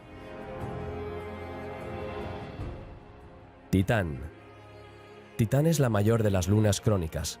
Con 5.150 kilómetros de diámetro y 1.350 por 10 a la 20 kilogramos de masa, Titán es la mayor luna de Saturno y representa más del 96% de la masa en órbita alrededor de Saturno. La composición de Titán es mitad hielo de agua y mitad material rocoso. También es la única luna grande que tiene su propia atmósfera, que es fría, densa y rica en nitrógeno. Otra cosa que Titán tiene en común con la Tierra, a diferencia de las demás lunas y planetas del sistema solar, es la presión atmosférica. En la superficie de Titán, la presión atmosférica se estima en 1,45 veces la de la Tierra. Tras un viaje de casi 7 años y 3.500 millones de kilómetros a través del sistema solar a lomos de Cassini, Huygens aterrizó en Titán, gracias a sus escudos térmicos y al correcto despliegue de sus 2 paracaídas, el 14 de enero de 2005, enviando a la Tierra información e imágenes de una calidad sin precedentes. El módulo de ciencias de la superficie revela que el suelo aquí, bajo una corteza dura y fina, tiene la consistencia de la arena. Los paisajes de Titán presentan similitudes con los de la Tierra. Nieblas, huellas de precipitaciones, erosión, sistemas fluviales, lagos secos, paisajes costeros y cadenas de islas. Los procesos físicos que han dado forma a Titán son muy similares a los que han dado forma a la Tierra. Sin embargo, los materiales son más exóticos, ya que el agua se sustituye por el metano, que puede existir como líquido o gas en la superficie de Titán. Cuando llueve, el metano se precipita, mezclado con trazas de hidrocarburos, que depositan en el suelo sustancias procedentes de la atmósfera. Según esta información, Titán tiene una atmósfera uniforme compuesta por diferentes gases, metano, nitrógeno, etc. Y en el suelo, actividad criovolcánica y abundante metano líquido en forma de ríos y lagos. En el suelo, congelado a menos 180 grados centígrados, según las mediciones in situ, hay innumerables guijarros de hielo, algunos tan grandes como los coches. La misión también es responsable del descubrimiento del lago Ontario, un lago de etano líquido que es el primer lugar del sistema solar fuera de la Tierra donde se ha detectado líquido en la superficie. El propio aterrizaje plantea algunos interrogantes. La sonda debía salir de la niebla a una altura de entre 50 y 70 kilómetros. De hecho, Huygens comenzó a salir de las nubes a solo 30 kilómetros de la superficie. Esto podría significar un cambio en la dirección del viento a esa altitud. Los sonidos registrados cuando la sonda aterrizó sugieren que llegó a una superficie más o menos fangosa. Con una distancia orbital de 1.221.000 kilómetros, es la segunda luna más grande de Saturno y realiza una única órbita cada 16 días. Al igual que Europa y Ganímedes, se cree que Titán tiene un océano subterráneo de agua mezclada con amoníaco, que puede entrar en erupción en la superficie de la Luna y provocar criovolcanismo. La presencia de este océano, junto con el entorno prebiótico de Titán, ha llevado a algunos a sugerir que podría existir vida allí. Esta vida podría adoptar la forma de microbios y extremófilos en el océano interior, o podría adoptar la forma aún más extrema de formas de vida metanogénicas. Como se ha sugerido, la vida podría existir en los lagos de metano líquido de Titán, al igual que los organismos de la Tierra viven en el agua. Dichos organismos inhalarían hidrógeno en lugar de oxígeno gaseoso, lo metabolizarían con acetileno en lugar de glucosa y luego exhalarían metano en lugar de dióxido de carbono. Jápeto. Con un diámetro de 1470 kilómetros y una masa de 18 por 10 a la 20 kilogramos, Jápeto es la tercera luna más grande de Saturno. A una distancia de 3.560.000 kilómetros de Saturno, es la más lejana de las grandes lunas y tarda 79 días en completar una sola órbita. Debido a su inusual color y composición, su hemisferio principal es oscuro y negro, mientras que su hemisferio posterior es mucho más brillante.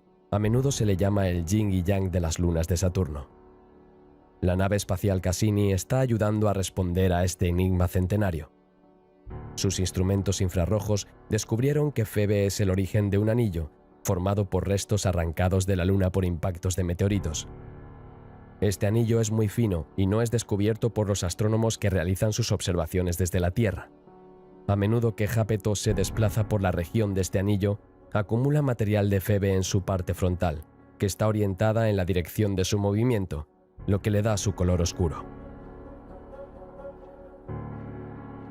Aunque es la tercera luna más grande de Saturno, Jápeto orbita mucho más lejos de Saturno que Titán. Como muchas de las lunas de Saturno, en particular Tetis, Mimas y Rea, Jápeto tiene una baja densidad, lo que indica que está compuesta principalmente por hielo de agua y aproximadamente un 20% de roca.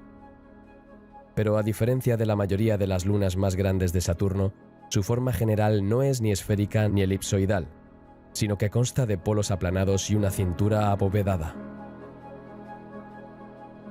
Su ancha e inusualmente alta cresta ecuatorial también contribuye a su desproporcionada forma. Por esta razón, Jápeto es la mayor luna conocida que no ha alcanzado el equilibrio hidrostático. Febe. Febe es la luna más lejana de tamaño significativo. Se encuentra a 13 millones de kilómetros de Saturno. Circula en una órbita retrógrada con una inclinación casi polar, 173 grados. Tiene forma esférica irregular, unos 220 kilómetros de diámetro y es muy oscuro. Las únicas imágenes anteriores a la misión Cassini fueron tomados por la Voyager 2 en 1981. Cassini solo sobrevoló la Luna una vez, ya que estaba fuera de la órbita de la nave. El 11 de junio de 2004, Cassini pasó a 2.068 kilómetros de Febe y consiguió fotografiar casi toda su superficie, gracias a la velocidad de rotación de la Luna. La superficie es muy oscura y está cubierta de cráteres, algunos de ellos de 80 kilómetros de diámetro, con paredes de hasta 16 kilómetros de altura. Probablemente Febe es un protoplaneta, con características similares a las de Plutón, que se formó en el cinturón de Kuiper al principio de la historia del Sistema Solar. Al principio de su existencia sufre un proceso de diferenciación planetaria. Después de enfriarse, su superficie es martilleada por los impactos, lo que le da su actual forma irregular. Posteriormente, es capturado por el planeta Saturno. Hiperión. Cassini proporciona las primeras observaciones detalladas de Hiperión, el mayor de los satélites irregulares no esféricos del Sistema Solar. Sin embargo, la Voyager 2, que la sobrevoló en 1981 a gran distancia, proporcionó la primera imagen de esta luna con forma de patata, cubierta de profundos cráteres y con un eje de rotación caótico, probablemente resultado de la destrucción de un cuerpo celeste mayor. Las espectaculares fotos tomadas por Cassini muestran un mundo parecido a una esponja. Los profundos cráteres, que acribillan su superficie sin apenas eyecciones, se deben probablemente a la alta porosidad y baja densidad de la Luna. El bombardeo de meteoritos no expulsó material, sino que lo comprimió. Las paredes de los cráteres son brillantes, lo que delata la presencia de hielo de agua. El fondo de los cráteres, en cambio, es oscuro y rojizo, porque la bajísima temperatura de menos 180 grados centígrados provoca la sublimación de materiales volátiles y la acumulación de materiales más oscuros. Se cree que el bajo albedo de Hiperión se debe a la presencia de dióxido de carbono y otros hidrocarburos, incluido el metano que escapa de Titán. La misión Cassini-Huygens permitió descubrir, a finales de 2012, una decena de nuevas lunas pequeñas, de menos de 10 kilómetros de diámetro, que se sumaron al medio centenar de lunas conocidas o descubiertas en los últimos años mediante telescopios terrestres. Urano. Urano no es el planeta más grande, ni el que más vida soporta, ni el más publicitado del sistema solar. Sin embargo, el gigante gaseoso helado tiene su cuota de curiosidades y queda mucho por descubrir sobre su naturaleza. Junto con Neptuno, Urano es el único planeta gigante helado de nuestro sistema solar. Se encuentra a unos 3.000 millones de kilómetros de nuestra estrella, en séptima posición respecto al Sol. La atmósfera está formada principalmente por hidrógeno, 83%, y helio, 15%. Está rodeado de un manto de componentes volátiles, agua, amoníaco y metano. A pesar de su estado entre líquido y sólido, estos últimos se denominan hielos, de ahí el nombre de gigante helado de Urano. Por último, el planeta tiene un núcleo del tamaño de la Tierra de roca de silicato, hierro y níquel en su centro. Los gigantes helados tienen una masa mucho menor que la de Júpiter o Saturno, pero siguen siendo equivalentes a entre 10 y 50 masas terrestres. Urano, por ejemplo, es 14,5 veces más masivo que la Tierra, pero solo el 20% de esta masa es hidrógeno. En el caso de Saturno o Júpiter, el hidrógeno representa el 90%. De hecho, una gran parte de la masa de Urano está almacenada en su hielo. La Voyager 2, lanzada por la Agencia Espacial Estadounidense junto con su gemela Voyager 1 para estudiar los planetas del Sistema Solar Exterior, es hasta la fecha la única sonda que ha sobrevolado Urano. Fue en 1986, durante algo más de 5,5 horas. La Voyager 2 pasó lo más cerca posible del planeta, a una altitud de 80.000 kilómetros, y arrojó luz sobre una estrella sin ninguna distinción particular en la luz visible, pero con muchas características específicas. En particular, Voyager 2 proporcionó pistas sobre por qué el planeta Urano está tumbado en su órbita.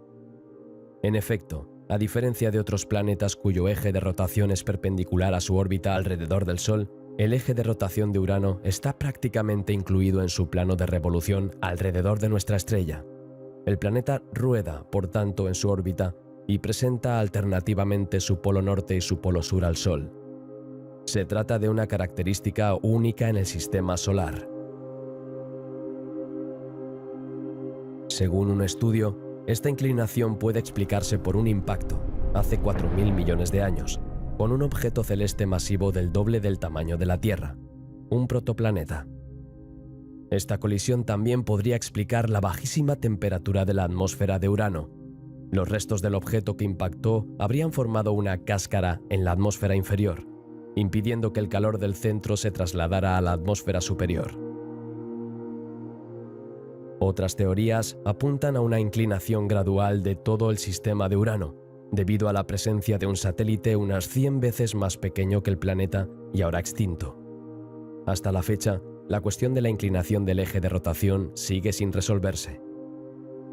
Voyager 2 también descubrió 10 lunas, todas ellas de menos de 150 kilómetros de diámetro, además de las 5 ya conocidas a finales de la década de 1970.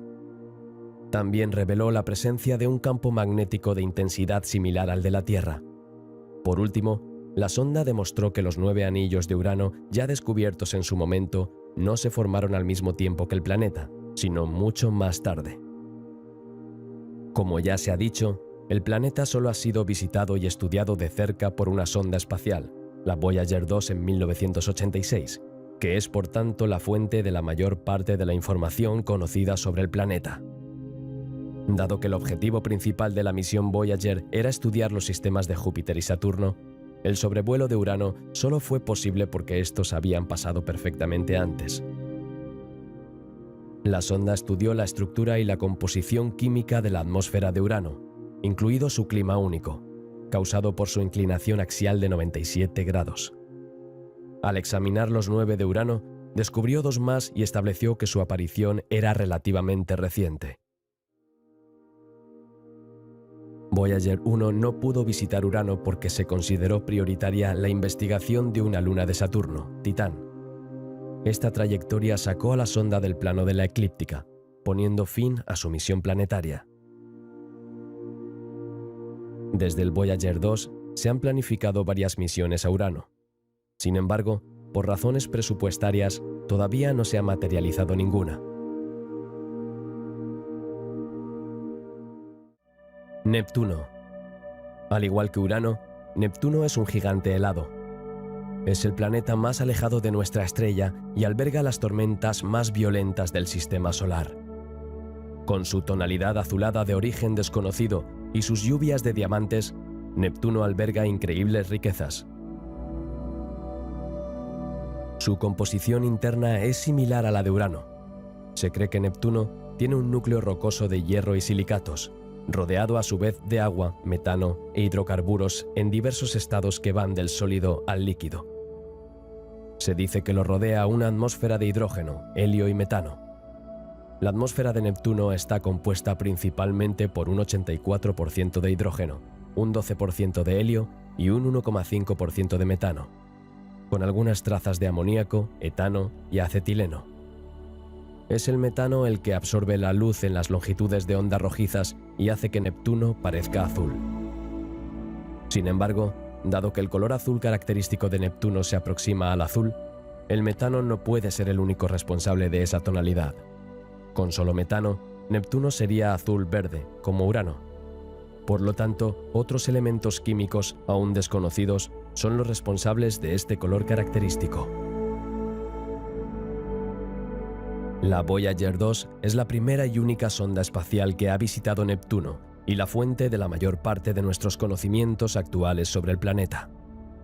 La trayectoria a través del sistema neptuniano se finalizó tras el sobrevuelo de Urano y sus lunas.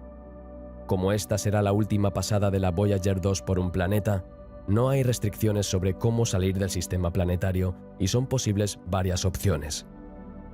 El equipo científico optó por un sobrevuelo cercano al polo norte de Neptuno, lo que permitiría a la sonda utilizar la atracción gravitatoria del planeta para sumergirse por debajo de la eclíptica para un sobrevuelo cercano a la luna principal de Neptuno, Tritón, sin importar las consecuencias de la trayectoria, de forma similar a lo que se hizo con la Voyager 1 con Saturno y su luna Titán.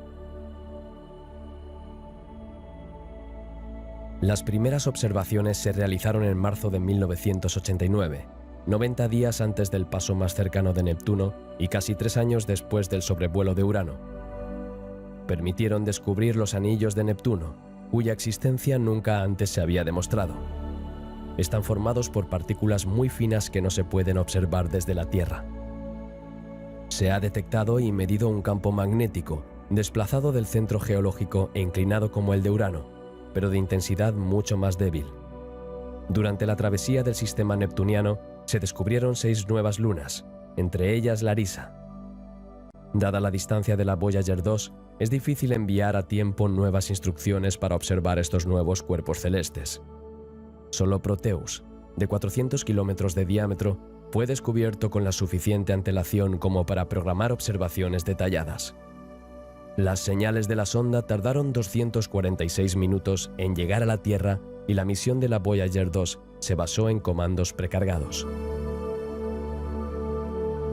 Durante el sobrevuelo de Neptuno, Voyager 2 pasó a menos de 4.950 kilómetros del polo norte del planeta. Se analiza la atmósfera de Neptuno. A pesar de la escasa cantidad de energía solar que recibe debido a su distancia, solo un 3% de la que recibe Júpiter, se observa la dinámica atmosférica con manifestaciones como la Gran Mancha Oscura y las nubes. Se miden vientos que se mueven a más de 2.000 km/h. Un estudio del campo magnético muestra que la duración de una rotación es de 16 horas. El sobrevuelo también proporcionó la primera medición precisa de la masa de Neptuno, que resultó ser un 0,5 inferior a la calculada anteriormente. Este nuevo valor refutó la hipótesis de que un planeta X no descubierto actuaba en las órbitas de Neptuno y Urano. La Voyager 2 pasó a menos de 40.000 kilómetros de Tritón y pudo recoger datos muy precisos sobre esta luna. En aquel momento, la comunidad científica estimaba que el diámetro de Tritón se situaba entre 3.800 y 5.000 kilómetros. La sonda redujo esta cifra a 2.760 kilómetros. Se observan muy pocos cráteres, lo que se explica por el vulcanismo, cuyas manifestaciones en forma de estelas de géiseres se observan en los polos. El Voyager 2 detecta una atmósfera tenue, alrededor del 1% de la de la Tierra, probablemente como resultado de esta actividad. La temperatura de la superficie de Tritón, de menos 235 grados centígrados, es la más fría jamás detectada en un cuerpo celeste del Sistema Solar. A diferencia de las demás lunas grandes del Sistema Solar, Tritón orbita alrededor de Neptuno en el sentido de las agujas del reloj, cuando se ve desde arriba. Por tanto, Tritón no pudo formarse al mismo tiempo que el planeta a partir del mismo disco de acreción, sino que debió ser capturado por Neptuno. Se cree que Tritón se originó en el cinturón de Kuiper. En las profundidades de Neptuno, la presión puede alcanzar 600 GPa y la temperatura 7000 grados. En estas condiciones, el carbono contenido en los hidrocarburos del planeta podría transformarse en diamantes. En 2017, los científicos demostraron la viabilidad de esta reacción química. Los pequeños diamantes formados en la capa intermedia de Neptuno caerían entonces hacia el núcleo, dando lugar a una lluvia de nanodiamantes. El destino de estas gemas neptunianas es aún poco conocido. Una sólida cáscara de diamantes alrededor del núcleo o un mar de hidrocarburos salpicado de icebergs de diamantes. La elección es tuya. Tras cruzar el sistema planetario de Neptuno, la Voyager 2 abandona la eclíptica en un ángulo de -30. La plataforma dirigible que lleva algunos de los instrumentos está desactivada, pero algunos de los instrumentos restantes siguen recogiendo datos sobre el medio ambiente. Voyager 2 cruza el límite del choque terminal del Sol en agosto de 2007, a 84 unidades astronómicas del Sol, y finalmente abandona el sistema solar magnético, delimitado por la heliopausa, en noviembre de 2018. La sonda se dirige a las constelaciones de Sagitario y del Pavo Real. Dentro de unos 40.000 años, Voyager 2 pasará a 1,7 años luz de la estrella Ross 248, en la constelación de Andrómeda. La NASA lleva mucho tiempo considerando una misión para estudiar Urano y Neptuno simultáneamente, pero por razones presupuestarias solo se puede explorar uno de los dos planetas a la vez. Las observaciones del Hubble en 2017 mostraron una actividad insospechada en Urano, lo que atrajo inicialmente el interés por el gigante helado. Sin embargo, el interés científico por la luna neptuniana Tritón, escenario de un volcanismo activo, tomó el relevo. Por lo tanto, se espera que la próxima misión a gran escala para estudiar un planeta exterior parta hacia Neptuno. La sonda tendrá que pasar por delante de Júpiter para beneficiarse de su ayuda gravitatoria, lo que solo puede ocurrir cada 12 años, en una alineación específica de los planetas. La próxima ventana de lanzamiento está prevista para 2028-2030, con una llegada alrededor de Neptuno en torno a 2043.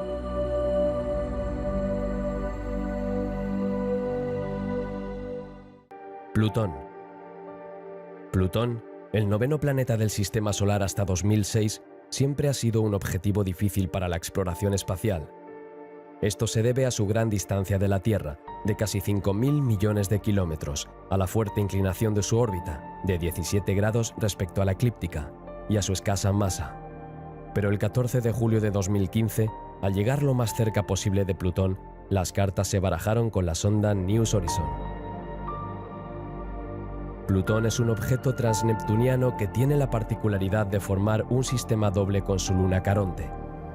Los científicos esperaban encontrar un mundo con características comunes. Las primeras observaciones van mucho más allá de lo esperado. Plutón, al igual que Caronte, tiene superficies jóvenes, casi sin cráteres, con estructuras aparentes tan originales como diversas. Plutón sigue siendo un planeta geológicamente activo, con montañas de hielo de agua de más de 3 kilómetros de altura. Las primeras imágenes de Plutón tomadas por la nave espacial muestran una región muy brillante en un polo y una banda oscura en el ecuador. El diámetro de Plutón se ha medido con mayor precisión y se estima que es de 2.370 kilómetros. Plutón tiene un casquete polar de hielo de metano y nitrógeno. Las zonas oscuras tienen una composición muy diferente a la de los casquetes polares, con mucha menos presencia de metano. Plutón muestra un planeta con una gran variedad de tipos de terreno, con algunas de las características aparentes del satélite Jápeto de Saturno y del satélite Tritón de Neptuno. La superficie carece de cráteres de impacto, por lo que probablemente es joven, es decir, tienen menos de 100 millones de años. Altas montañas de unos 3.300 metros.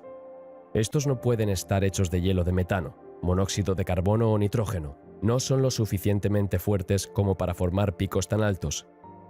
Probablemente estén hechos de hielo de agua, que forma el manto del planeta enano.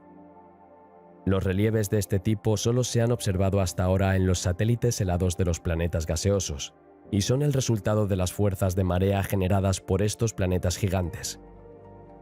En este caso, se trata de un mecanismo diferente, pero aún está por determinar. Los científicos descartan la influencia de las fuerzas de marea generadas por Caronte, dado su tamaño. Se mencionan dos posibles explicaciones: la desintegración de materiales radiactivos, como el torio o el uranio en los silicatos, que todavía desempeñan un papel en el caso de la Tierra, pero cuya influencia suele considerarse insignificante después de 4.000 millones de años en mundos del tamaño de Plutón. La otra explicación es la existencia de un océano bajo el manto helado que, al perder su calor latente, sería responsable de los movimientos de la superficie. La presencia de una atmósfera en Plutón se conoce desde 1988. Los instrumentos de New Horizons han confirmado que la tasa de escape atmosférico de la atmósfera de Plutón es particularmente alta. Es probable que el viento solar sea la causa del proceso, impulsando las partículas ionizadas de la desprotegida atmósfera de Plutón hacia el espacio interplanetario. Los científicos estiman, basándose en los datos recogidos por los instrumentos de la New Horizons, que la velocidad de escape es 500 veces superior a la de Marte. Como la atmósfera se reconstituye por sublimación de material de la superficie del planeta enano, este proceso habría provocado una reducción del diámetro de Plutón de 6 kilómetros desde su formación. Debido a la órbita elíptica de Plutón, a medida que se aleja del Sol, su atmósfera se enfría, se condensa y se precipita sobre el suelo en forma de hielo, lo que acaba provocando su total desaparición hasta que el planeta se acerque de nuevo a nuestra estrella. Una foto tomada en el momento de la ocultación de Plutón al Sol reveló la presencia de bruma hasta una altura de 130 kilómetros. La misma foto permite distinguir dos capas atmosféricas con características distintas.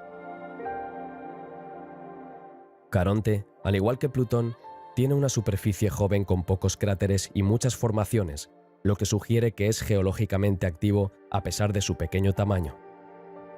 Cerca del polo es visible un largo cañón de 6 a 10 kilómetros de profundidad, así como otro cañón de 5 kilómetros de profundidad. Una serie de acantilados y depresiones se extienden de noreste a suroeste a lo largo de más de 1000 kilómetros, que pueden haber sido creados por un proceso interno. Por debajo de estas formaciones, un terreno prácticamente sin rasgos y débilmente craterizado sugiere que ha habido un resurgimiento reciente. Una región oscura conocida como Mordor cubre el polo y está rodeada de terreno rojizo. El color oscuro podría deberse a una fina capa de material, ya que en los lugares donde se ven cráteres aparece un terreno más claro. Un primer plano de una región de la Luna cercana al terminador muestra un terreno muy suave con cráteres de impacto claramente definidos y largas grietas. Estas grietas se asemejan a las grietas lunares que se originan por el enfriamiento y la contracción de la lava muy fluida que se había extendido por la superficie. Una montaña aislada situada en una depresión muy hueca intriga a los científicos planetarios porque su formación sigue siendo inexplicable y nunca se ha observado este tipo de formación en el sistema solar. La sonda no detectó ninguna atmósfera. Plutón tiene 5 satélites, pero solo se han fotografiado 2. Se tomó una primera imagen de Hydra con unos pocos píxeles. Tiene una forma alargada y su superficie está formada principalmente por hielo de agua. Una imagen de Nix, también muy pixelada, fue devuelta unos días después del sobrevuelo. Confirma la longitud de 40 kilómetros y la forma alargada de este pequeño satélite. El sobrevuelo de Plutón permite afinar las principales características de las pequeñas lunas de Plutón. Una de las características más sorprendentes descubiertas por la nave es que, a diferencia de la mayoría de los satélites de los planetas del Sistema Solar, las pequeñas lunas de Plutón no giran de forma sincronizada con él, es decir, no siempre están orientadas hacia el planeta enano. En particular, Hydra, el satélite más externo, orbita a Plutón en 38 días, mientras que este gira sobre sí mismo en 10 horas. A pesar de estas características, los científicos creen que las pequeñas lunas se formaron dentro del sistema de Plutón, probablemente como resultado de la fusión de pequeños cuerpos resultantes de la fragmentación de antiguas lunas de Plutón, dado su aspecto similar al de Caronte y Plutón. Tras el sobrevuelo de Plutón, New Horizons atraviesa el cinturón de Kuiper, que se extiende de 30 a 55 unidades astronómicas desde el Sol, y cuyo estudio constituye el segundo objetivo de la misión, dejando atrás mucho misterio sobre el planeta enano.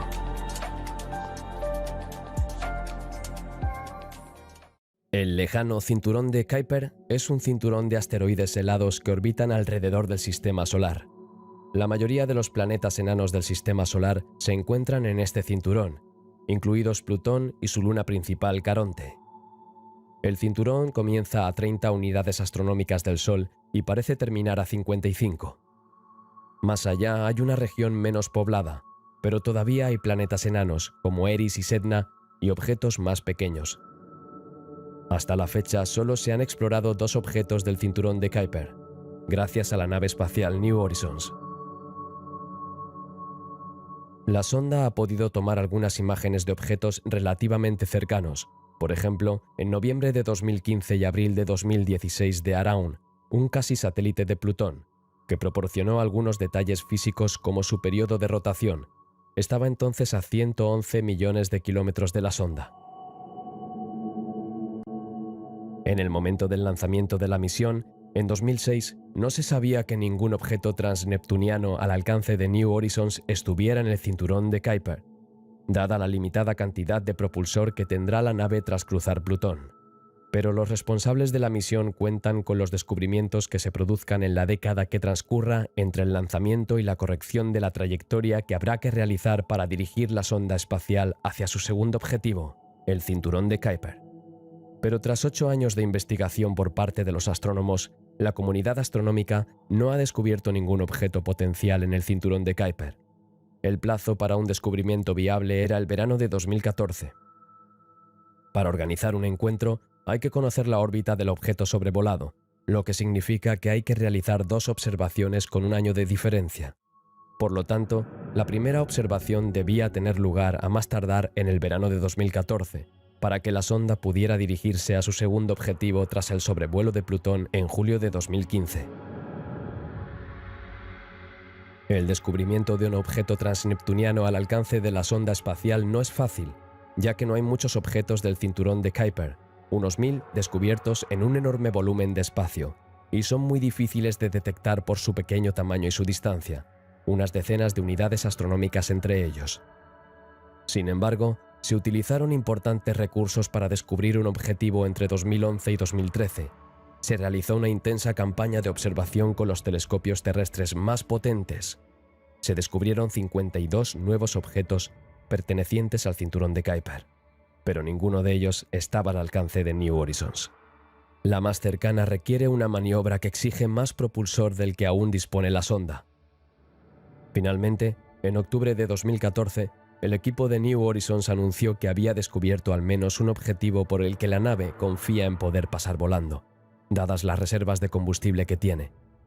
Otros 2 objetivos potenciales, cercanos en diámetro y casi a la misma distancia, siguen siendo estudiados. La recogida de datos científicos para el objeto Kuiper es similar a la del sistema de Plutón, pero el sobrevuelo es mucho más difícil. La órbita se conoce con una precisión limitada, lo que significa que se requieren correcciones de trayectoria tardías. El objeto Kuiper fue visto por primera vez en imágenes tomadas por la cámara de la nave el 16 de agosto de 2018, cuando New Horizons se encontraba a 172 millones de kilómetros de su objetivo. New Horizons pasa por Arrokoth el 1 de enero de 2019 a una distancia de 3.500 kilómetros y una velocidad de 14 kilómetros por segundo. En el momento del sobrevuelo, la Tierra estaba a 6.620 millones de kilómetros. Al cabo de 4 horas, llegaron los primeros datos del sobrevuelo. Se registraron unos 6,25 gigabytes durante este breve paso. Dada la reducida velocidad de datos de 1 kilobyte por segundo y la limitada cantidad de energía disponible, la transmisión de estos datos duraría 20 meses y hasta septiembre de 2020. Según una primera foto de baja resolución recibida el día después del sobrevuelo, Arrokoth está formado por 2 cuerpos casi esféricos de tamaño desigual, soldados en forma de muñeco de nieve. Es un ejemplo especialmente bien conservado de un cuerpo de contacto binario. El impacto debió producirse a una velocidad baja, de unos pocos kilómetros por hora. Este tipo de binarios son muy comunes entre los cometas que comparten el mismo origen que Arrokoth. El conjunto tiene 33 kilómetros de altura y hasta 15 kilómetros de ancho. Los 2 elementos han sido apodados provisionalmente Ultima para el más grande y Thule para el más pequeño. El periodo de rotación medido poco antes del sobrevuelo es de unas 15 horas. La superficie parece estar libre de grandes cráteres. El color rojizo de la superficie es similar al del casquete polar norte de Caronte y se debe probablemente a la presencia de material orgánico similar a la colina. Los rasgos visibles sugieren que este objeto del cinturón de Kuiper se creó al principio de la formación del sistema solar y ha conservado sus características originales. La misión de New Horizons podría continuar hasta 2025, momento en el que la nave habrá alcanzado la distancia de 50-60 unidades astronómicas en las que se encuentra el borde exterior del cinturón de Kuiper, más allá del cual solo se encuentran objetos dispersos cuya densidad hace improbable un sobrevuelo. El equipo del proyecto de la misión espera encontrar un tercer objetivo para la nave en el cinturón de Kuiper. Este puede ser un descubrimiento difícil, dado los recursos particularmente grandes que se necesitaron para encontrar Arrokoth. Sin embargo, la propia nave espacial debería detectar el objeto que podría visitar. Tendría que analizar las fotos que toma y podría detectar un objeto demasiado débil para ser visto desde los telescopios terrestres. Este nuevo objetivo debe ser descubierto en los próximos años, antes de que la nave espacial abandone la densa región del cinturón de Kuiper. En enero de 2018, los equipos de New Horizons y Voyager se reunieron para sentar las bases de una posible colaboración para observar la heliosfera. Los instrumentos y las posiciones de las 3 naves, Voyager 1 y 2, así como New Horizons, podría complementarse hasta al menos 2025 y quizás incluso 2027, cuando la cantidad de energía que les queda a las sondas Voyager ya no sea suficiente para mantenerlas en funcionamiento. En 2032, cuando New Horizons esté a unas 82 unidades astronómicas de distancia, la energía restante en la nave será de 150 vatios, el mínimo necesario para mantenerla operativa. Aunque probablemente sea posible ampliar estos límites teóricos, la nave espacial será definitivamente inoperable cuando alcance la distancia de 120 unidades astronómicas. ¿Qué hay más allá del cinturón de Kuiper? En primer lugar, es importante saber que cuanto más lejos esté un objeto del Sol, más difícil será detectarlo porque está menos iluminado y es difícil de observar debido a la distancia. Sin embargo, a unas 55 unidades astronómicas del Sol, el número de objetos disminuye bruscamente, y esta zona se denomina acantilado de Kuiper. Esta zona marca el límite exterior del cinturón. Sin embargo, más allá de esto, el espacio no está vacío, y existen otros objetos en esta región distante conocida como el disco escaso, incluyendo planetas enanos, entre ellos Eris, que tiene aproximadamente el mismo tamaño que Plutón y Sedna.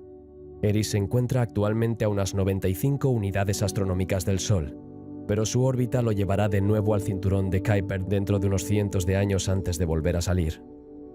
Sedna, en cambio, pertenece a otra categoría de objetos, Los objetos desprendidos.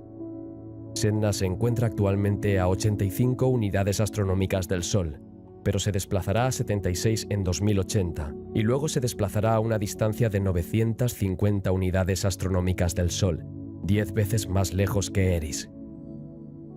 Se sabe que los objetos más pequeños llegan aún más lejos, hasta 3000 unidades astronómicas.